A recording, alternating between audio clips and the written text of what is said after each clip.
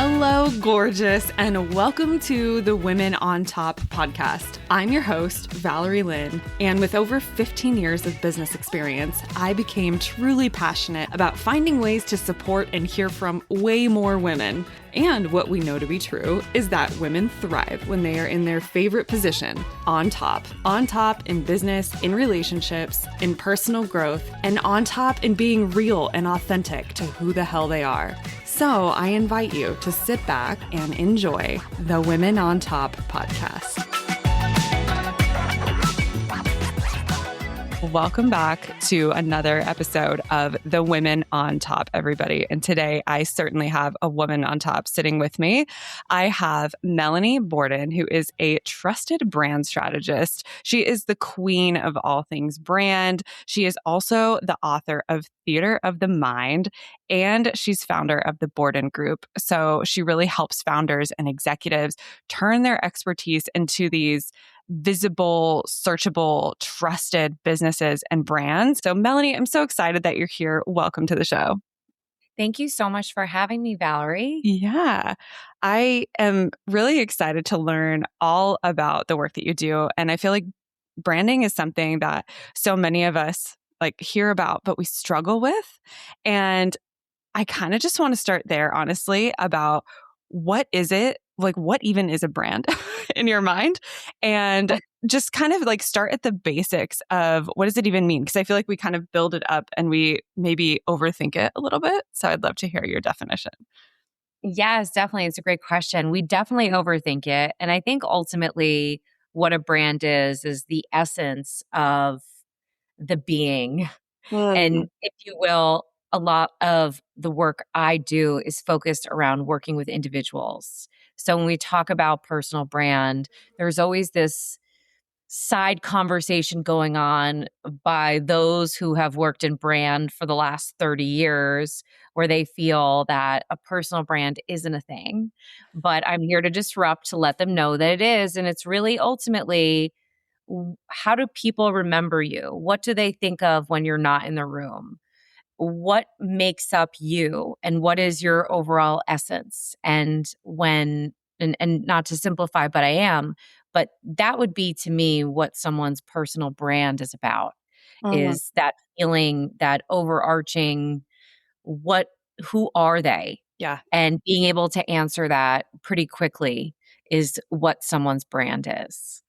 I like what you said about kind of this inner essence. So then it makes me wonder, is this something that we create? Because you often hear that too, you have to create your personal brand. Or is it just something that you are? I think it's something that you are. And I think that what you do is you create by taking parts of your life, parts of your career, whatever your reason for being and for creating a presence for yourself. And you transfer that over to whatever medium, whether it's podcasting, whether it's a social platform, whether it's a website, whatever it is, you're essentially taking those pieces of your essence and putting that in a place. And that is really where the create personal brand comes from. Yeah. But it's so many different things, because it's not just your online presence. It's not just going on podcasts. It's not just speaking. It's going to conferences. It's going into meetings. It's all of the things that makes up your personal brand. So the challenge that a lot of people have is getting kind of that spaghetti in their brain about, well, what does that mean? And who am I? And how am I going to put myself out there? And what do I want to say? And how am I going to say it? And I have to look this way, and this person looks that way. And really just kind of going into this cluster of overthinking. And I see it happen all the time. And I also do it myself.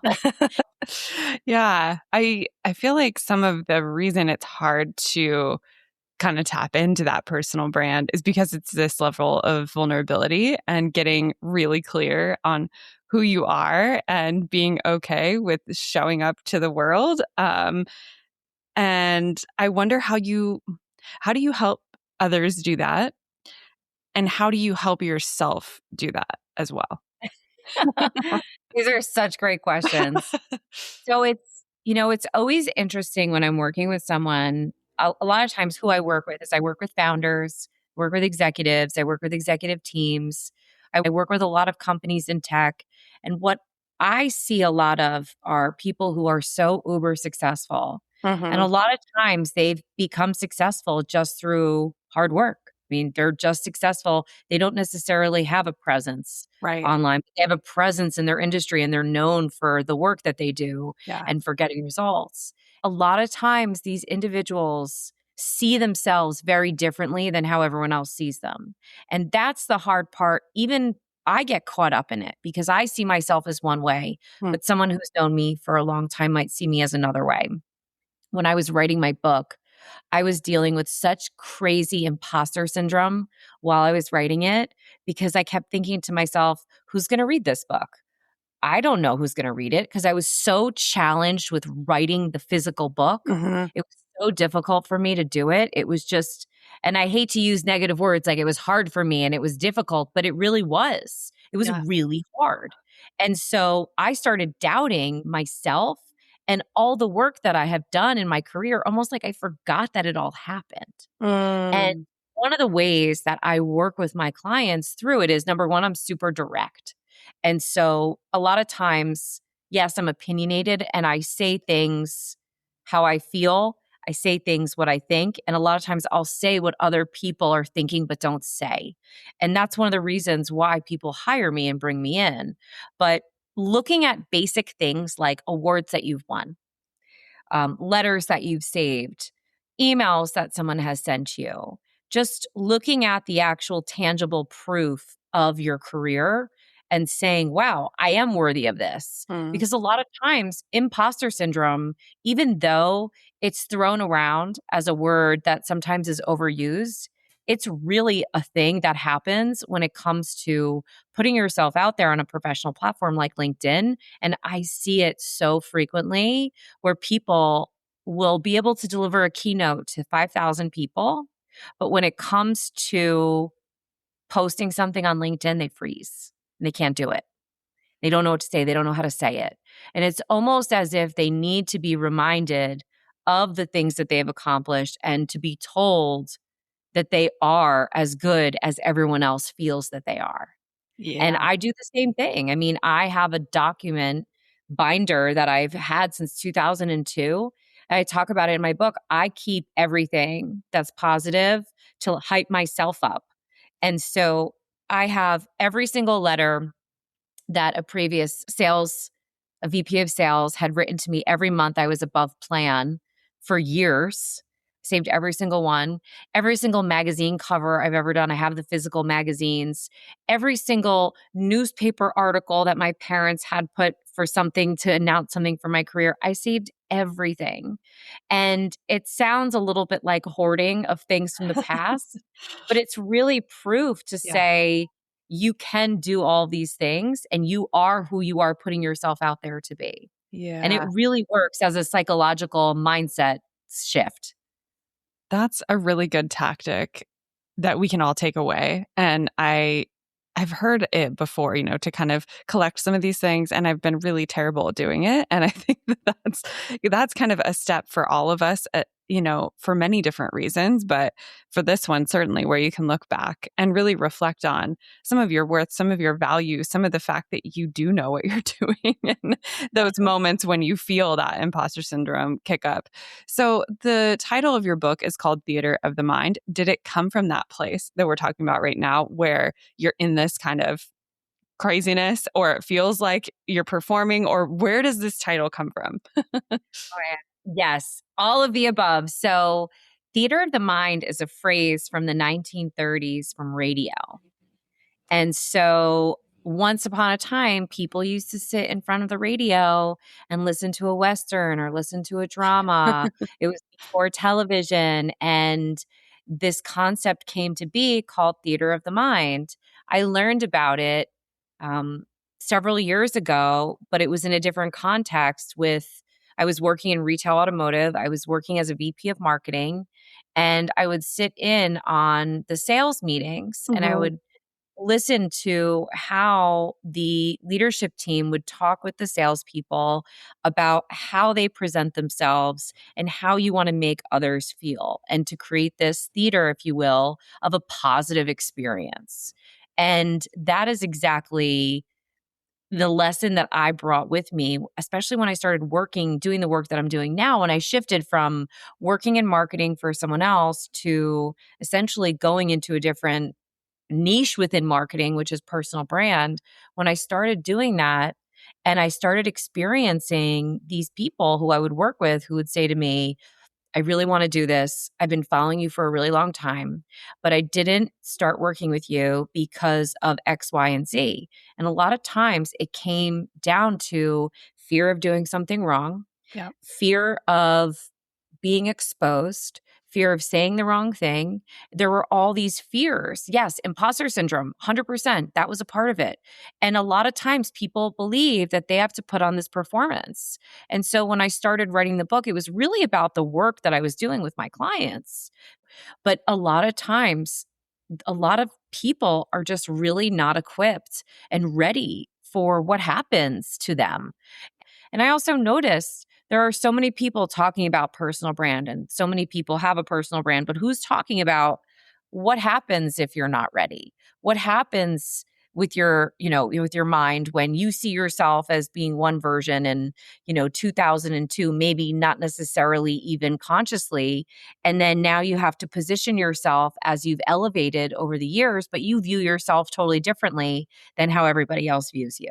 Mm-hmm. And I really believe, and this is the case with Instagram, with TikTok, we're always kind of catering to this algorithm. Yeah. Like this, the platform God is the Right. algorithm.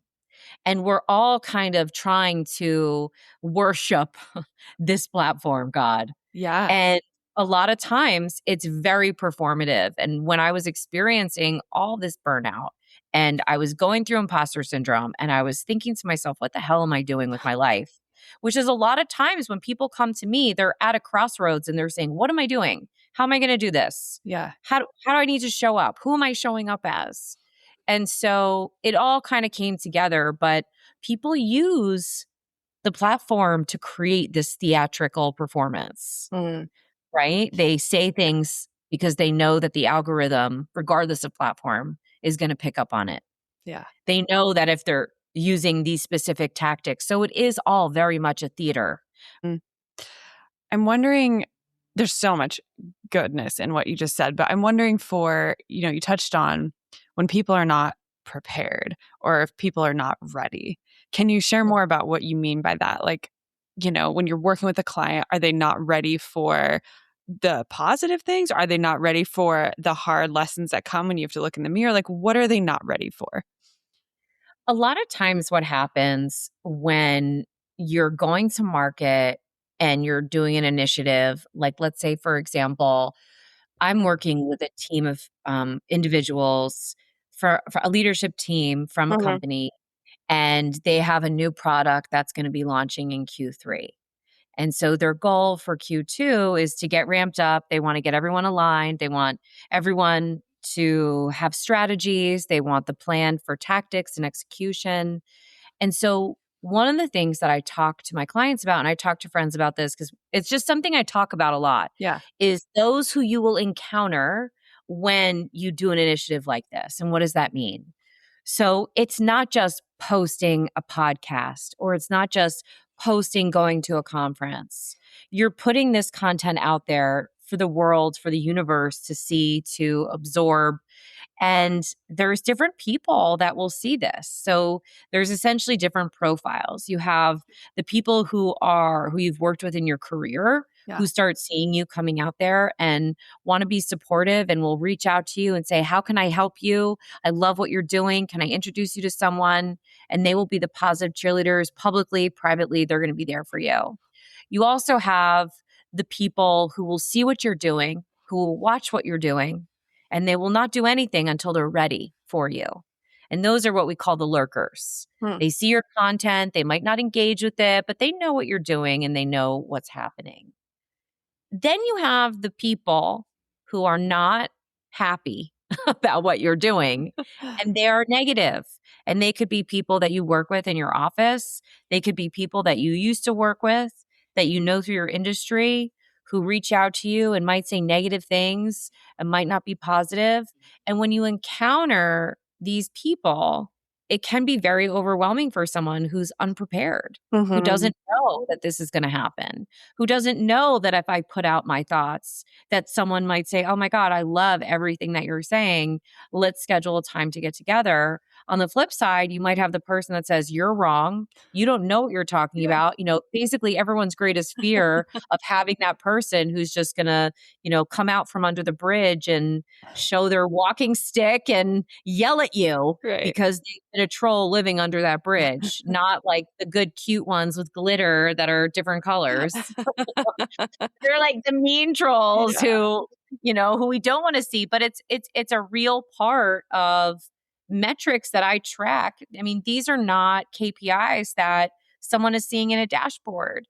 People are seeing this and experiencing it. And a lot of times people think that it just is going to instantly result in whatever their goal is. But the truth is that the consistency in the messaging is really what converts.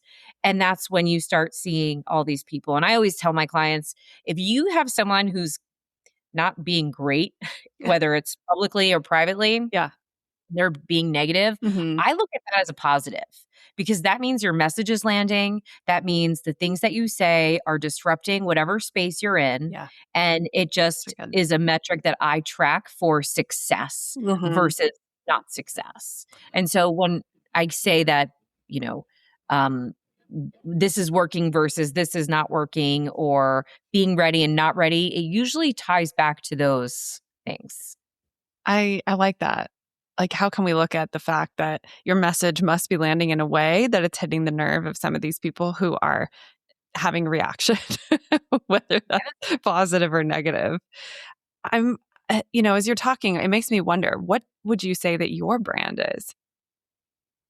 What would I say it is? Yeah. Like, how would you describe your brand to somebody? You work, yeah, I'm just imagining of, who you work with.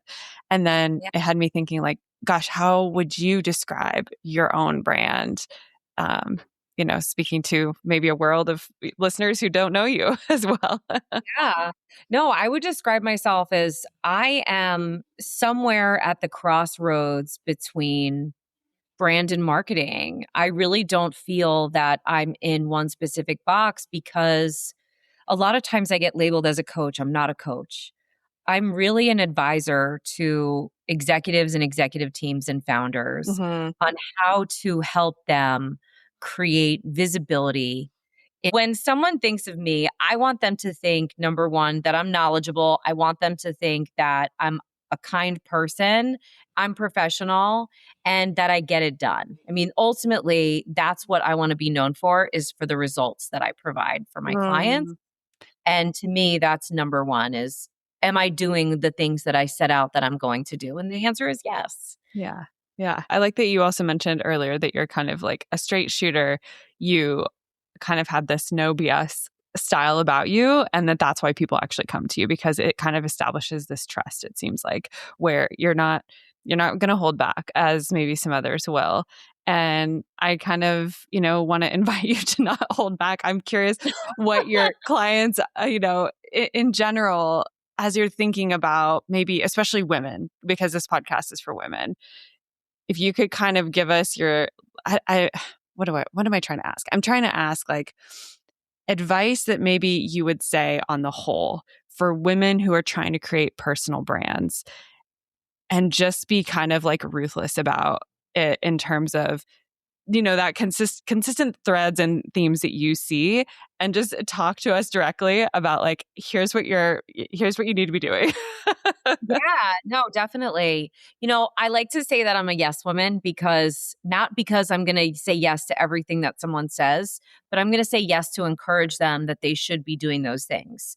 And a lot of times, what I see with women specifically is we hold back because we don't want to offend someone. We don't want to hurt someone's feelings. I mean, I do it myself. I was at a meeting the other day and they were talking about achievements and accomplishments. And I have so much good going on that I said nothing because I didn't want to hurt anyone's feelings. And this was a week ago. Oh my I God. didn't want to make anyone feel bad because I have so much good happening that it would be overwhelmingly like shocking to someone. So I just didn't say anything. And I felt, okay, I'll just let everybody else kind of go first. Yeah. No, you need to stop doing that. And I need to stop doing that. And I think when it comes to personal brand and putting ourselves out there, I think it's good to be thoughtful and mindful of the content that we're putting out, of the things that we're saying and how we're representing ourselves. I think it's very important for us to be cognizant of how we appear, Mm-hmm. right? I definitely think that's a big part of it, especially in business. You want to be taken seriously. And I Yeah. find that a lot of women just hold back. They Mm-hmm. hold and they're like, well, I'm going to wait. I'm going to wait for this moment. This is going to happen. I'm going to have this thing happen with my career, Yeah. or this thing is going to happen. It's going to come together. This client's going to happen, and then I can do it. Mm-hmm. A lot of times, especially in the startup world, there's women that I've encountered that are like, I'm not going to say anything because I'm looking for funding right now. And if I start posting about my startup, even though I'm pre-seed, I feel that it's going to inherently hurt me because of the fact that what if I'm looking at this investor who doesn't like me or my point of view or my perspective, and then I'm not going to get the funding.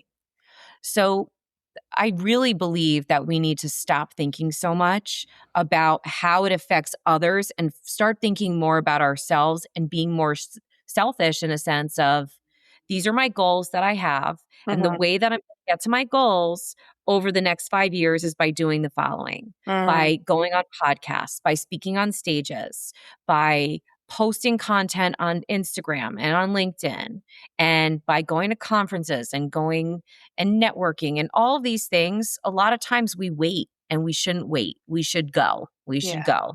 And the things that are scary are ultimately the things that we should be doing the most of. Yes. Has it ever backfired on you? Have you ever experienced a time where you're posting or you're maybe, newly kind of creating your own business, something of that effect, and something somehow backfires? What was that experience like? And, did it take you down? Like, how did you recover from that?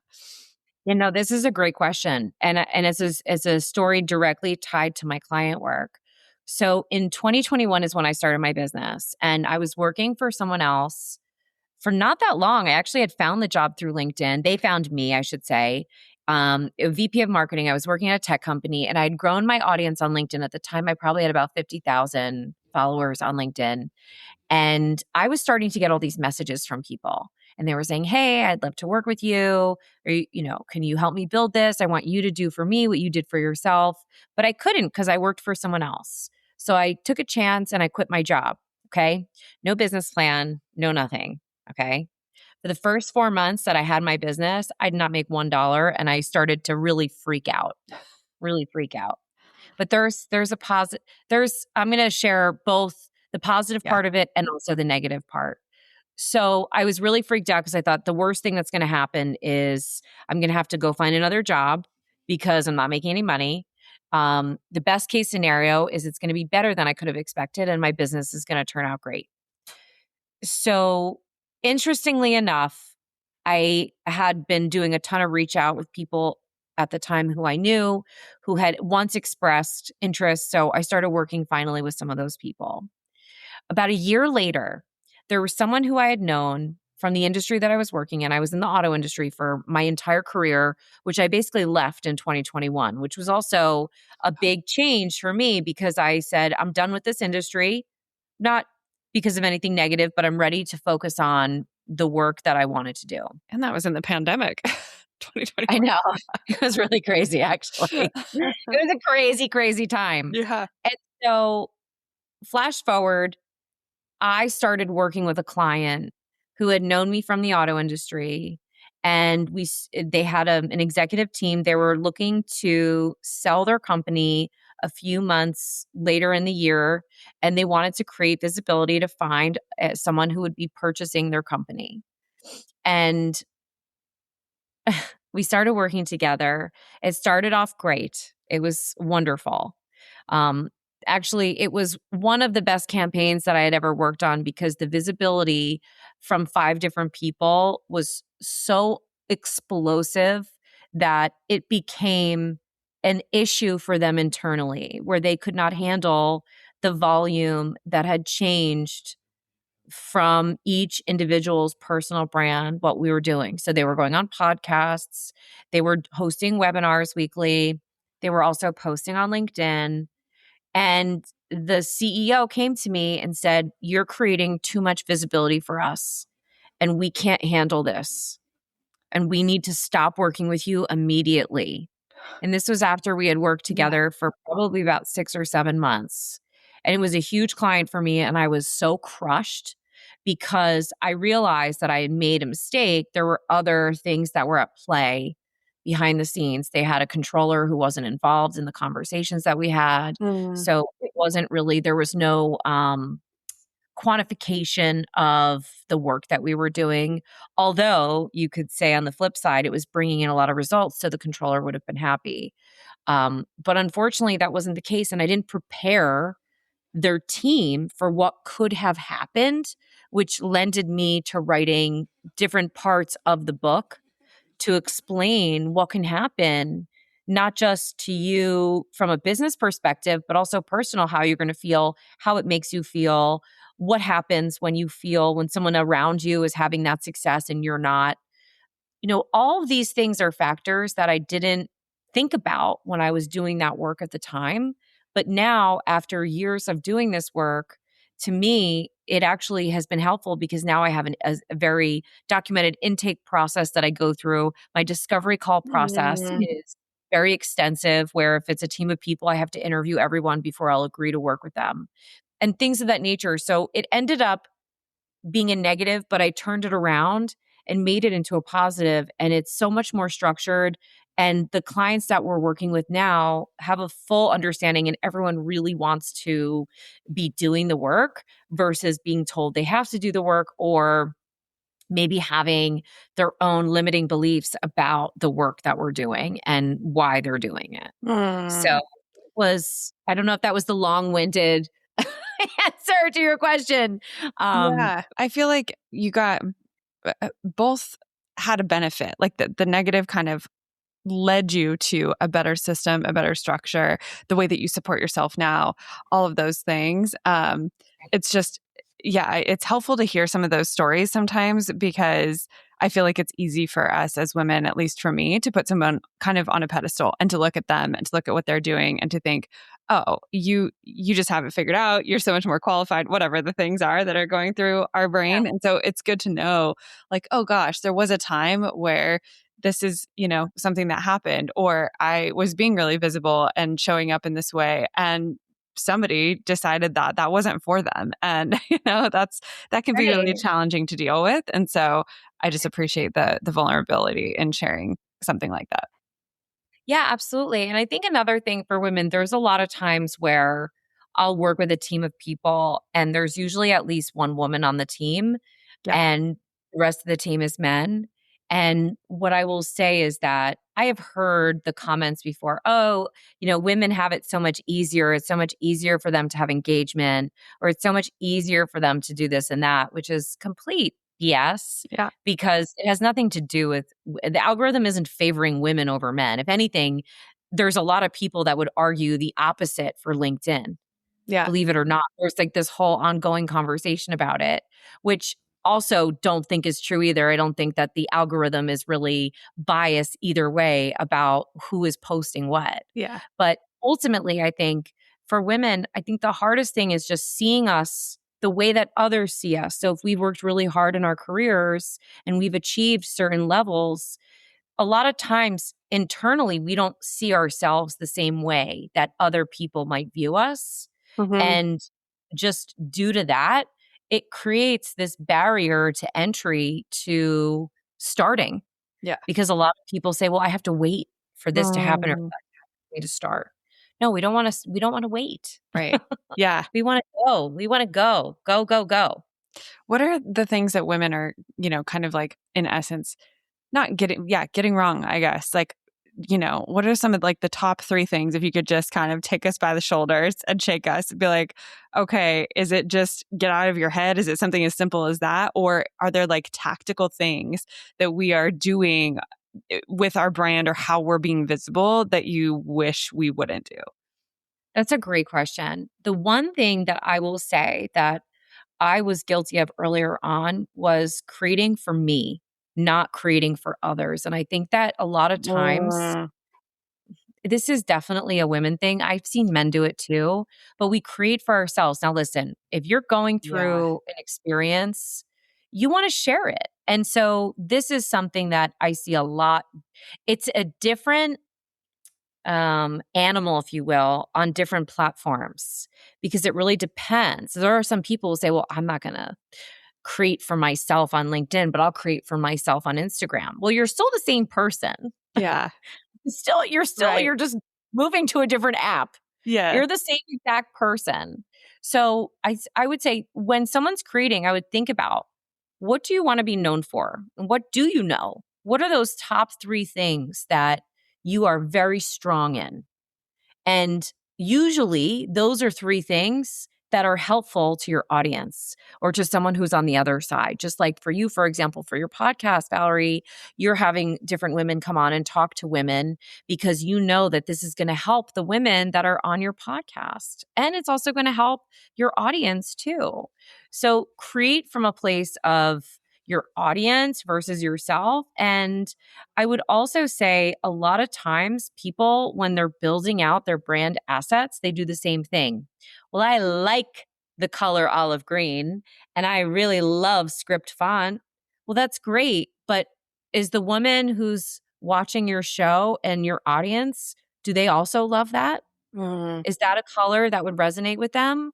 And so I learned this early on where, a lot of times there's color psychology and there's also that font psychology too, where people are seeing different images and colors that we know. I mean, you see, the yellow arches and it's McDonald's, right? You see a red color and that's urgency, right? Because we see a stop sign, you have to stop. right. If someone's having a sale, a lot of times they'll have red with the signage because they want to create that sense of urgency.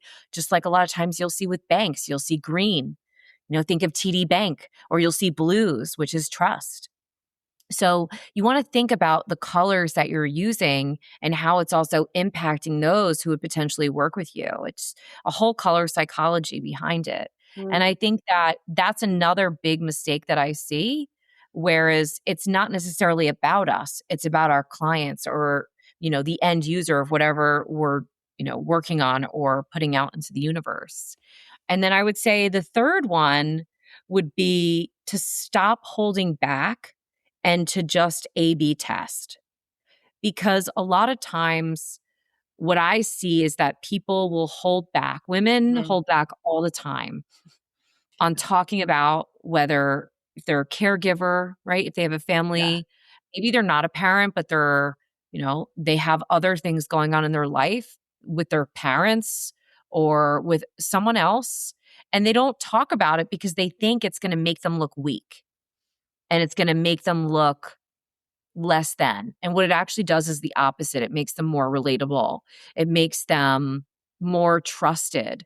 It makes them human, which is everyone's trying to figure out how do I create content without AI? Well, tell your story, share a real part of yourself. Yeah. Because being real is really a differentiator in today's market.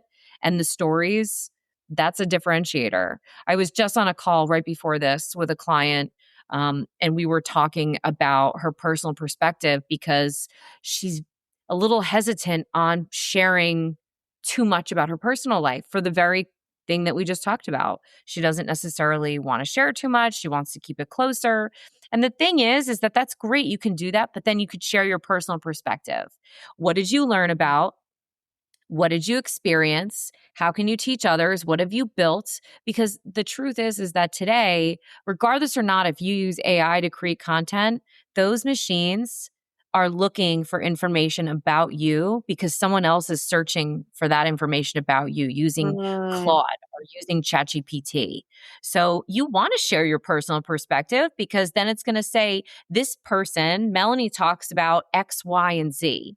And this is the last post that she wrote on synchronized messaging and leadership visibility and, theater of the mind, her book. You want to put your IP out there, if you will, and you want to just identify, 3 to 4 areas that really you are strongest in. And I Yeah. would say that would be my greatest takeaway for anyone. And I think that if you break it down one by one, it's not as scary as it feels. Yeah. Oh, that's so good. This is like a full masterclass for people who are listening. I just love what you shared and kind of that breakdown. That's so, again, tactical. And I think people can like walk away with that, which is what I keep hearing women are hungry for, is like, just show me the way. But, I'm guilty of what you said about we create for ourselves, and that we're kind of creating this and making sure we look a certain way and making sure we feel good when we created it. And I don't know, putting the right song to whatever the reel is or whatever you're posting online. And ultimately, that probably isn't really serving us very well. Yeah, no, it's not. And the thing is that people will always judge the person, who's not doing it themselves. You'll never see, there's that saying, you'll never see an entrepreneur judge someone who's starting a business for a first time. Right. You're never going to see another creator who's built something from scratch start to give, Right. negative feedback to another creator. Yeah. And it's the same thing. I mean, everyone starts somewhere, and that's a big part of it too. Just being a beginner and just starting, everyone starts somewhere. All the biggest female creators that you can think of, they all started from somewhere. And a lot of us, we all kind of started around the same time. Not everybody decides to do everything all in. And sometimes it takes a few years, but you're not too late. You're not too old. And I see so many, specifically on Instagram, there are so many female creators that are in their 40s and 50s. And it's wild to me how good they are at all of this. Like, and then just the volume of it is so impressive to me because it's so much work. Yeah. Yeah. I mean, it is. it And the really is. consistency. Are there, some creators or personal brands that you're loving right now? They're like, gosh, they have it. They know what they're doing. I love witnessing what they're creating. Oh God, this is hard. There's so many. I know. Oh my gosh, there's so many people who I love and look up to. Yeah. Um, And I know we can't so list them all. It just I know, curious off the top of your head, like, kind of recently. So platform specific. So specifically on LinkedIn, there's Amelia Sordell. She's great. She also is on Instagram. Her content's great. She's British. She works in a similar space as me in that personal brand world. She's very funny and she's super smart, and she's got really great content. What She's wonderful. Yeah. What is it like specifically kind of about her content that just you're like, okay, she's doing this right? Is it the color? Is it just the consistency? What are those elements? So what I love about her content is she's very direct. Like, you feel like she's talking to you in her content. And I really love that because a lot of times you will see that certain voices kind of get muted when they start overdoing it with AI. Yeah, definitely. That's a downside of AI right now, isn't it? Yeah, it really is. And it's too bad. I mean, listen, I love it. I use it all the time. I wouldn't be able to do most of what I do without it. I actually think, how was I doing this in 2021? Because it's such a great partner to have. But it's what I like the most about her content too is she's very real. Just tells honest stories, and I really enjoy her posts on both Instagram and LinkedIn, both of them. I think that she's a really great creator. Yeah. Another creator who I love, who I've always loved her content, she actually came from telecom. And selfishly, she's also in the past been a client to mine. Perfect. And I'm an advisor for one of her businesses. Amazing. Yeah. And her name is Eugenia Jordan. Okay. And she's the previous CMO. She has 23 patents. She has her own AI startup right now. She is so unbelievably smart, and she provides so much educational content around AI. Her business is called Unified AI, Mm. and Unified AI basically acts as a way to connect all these different dashboards that companies have, specifically with small businesses, and just to have everything synchronized together and unified. That's Wow. why it's called Unified AI. Yeah. But I've known Eugenia since 2020. We met in the comments on LinkedIn, and she posts content, publishes on both Instagram, also TikTok, but specifically her content on LinkedIn and her newsletter is fabulous. Amazing. Amazing. Yeah. Thank you for calling a few out. I just always like to hear who's kind of grabbing your attention. And again, there's so many. We could probably spend the entire podcast talking about all the different brands that you love, but it's good to kind of have that breakdown, that reference point. So I appreciate that. As we're talking, I can just sense that this is such a you love this work. This is a passion of yours. This is something that speaks to your heart. What is it about this that just fuels your soul? And why do you feel like this is kind of your calling, if you will? Such a great question. I do love this. I do love this work. I absolutely do. If I did not have to work, I would still do this work because I absolutely love it.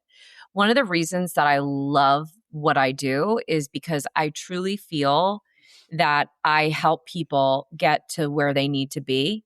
And in turn, they're helping someone else as well. So it's this kind of chain effect of, or domino effect of working with someone, helping someone, and then in turn that person is able to take those tools, take those skills, Yeah. and then help others as well. And that's really why I feel very much like a guide to a lot of my clients Mhm. and to those who aren't my clients, even, friends who I don't work with.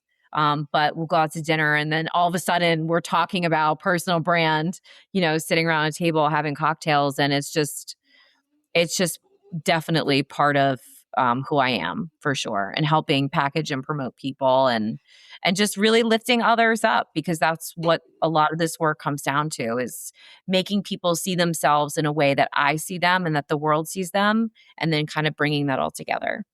Do you witness some pretty amazing transformations as you work with these clients?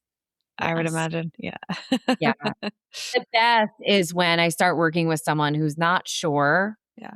who's really not sure what they want to do, who's real they think that they want to do something, and then once they start doing it, and then getting the call from them 6 months later, or text, and saying, "You're not going to believe who reached out. You're not going to believe this keynote I was asked to do. You're not going to believe I'm publishing my book. I decided to do all these things." And like I mentioned earlier, I don't see myself as a coach. I see myself as more of a tactical advisor slash consultant, which are two different things. But I do see myself very much as a guide to my clients. And the transformations are definitely something that I can't make it happen, only they can. But I think that once you can kind of get over yourself Yeah. and your own internal feelings, and again, not a therapist, just did a ton of research um, through writing my book. But once you can kind of get through all of that and make that decision that you are going to use your voice as your platform Yeah. to take your whatever you want to do with your life, you can do it. You can create a platform anywhere. It's Mm-hmm. just a matter of deciding where that platform is, and is it going to reach the people who you want to reach. Yeah. Yeah. Gosh, I love what you said. And, you mentioned like, not a therapist, but I feel like there's so much interconnectedness to the work that you do and to that personal healing and that becoming. And there's a lot that's connected to the psychology, which I love that you use some of those principles in your work as well, because I feel like you would Yeah. have to. So Yeah, I love what you're definitely. doing. As a closing tradition on this podcast, what I have asked my guests to do is to leave a quote or reflection or something that's coming to them for the next guest, not knowing who it is. And so, what I'd like to do is to read what was shared for you and then give Okay. you the chance to share something for Okay. the next guest. Um, Okay. all right. So, the quote that was left for you is, Don't let fear stop you from taking the next big risk. Don't let fear be the thing that holds you back. If you can understand fear, you can understand the difference between fear and intuition. And fear is not intuition. Wow. So that's really good. yeah. I don't know how I'm going to top that. That's amazing. No need to top. I mean, they always are like so perfect, just whatever is coming to you. But I would love to hear what might be on your heart today to share. I can give you something that is a little bit shorter, a little bit more direct, a little bit more related to the conversation that we're having. Absolutely. And that would be, your confidence doesn't come before visibility. It comes because of it. Ooh, I love that. That's good. That's really good. That needs to be on all of your, like, I don't know, t-shirts or something. Open up a merch store, my website. Oh, that's so good. The whole world of women just like all said yes to that. Like, I feel as though we talk so much about confidence as this thing and this skill you have to build and all of that. And I love how you just flipped that on its head and said, no, it comes because of the visibility. Oh, yeah. So good. I'm so excited to leave that for whoever the next guest is. And I'm so excited to share this conversation. I feel like we, dove into so many different aspects of personal brand and also just kind of got underneath the hood in a way that felt really special. So I want to just say thank you again for your time. Your time is so valuable. You're an author. You've got these amazing clients. You are serving as an advisor. You're doing some incredible work. I can't wait to see what comes next. So it's not lost on me that you chose to spend some time here today pouring into us. And I just really appreciate you, Melanie. Thank you so much. Of course. Thank you so much, Valerie, for having me. Thank you for tuning into the show today. And before you go, I just have one quick favor to ask of you. There is a really simple way that you can help support me and help support this show, and that is to hit that follow button on whatever app you're listening to the show on. I'm trying really hard to level up the content and deliver unique value and amazing guests, and just hitting that follow button is the magic that will help continue to empower that. And remember that the world deserves to hear your voice and your stories, and you deserve a place at the top.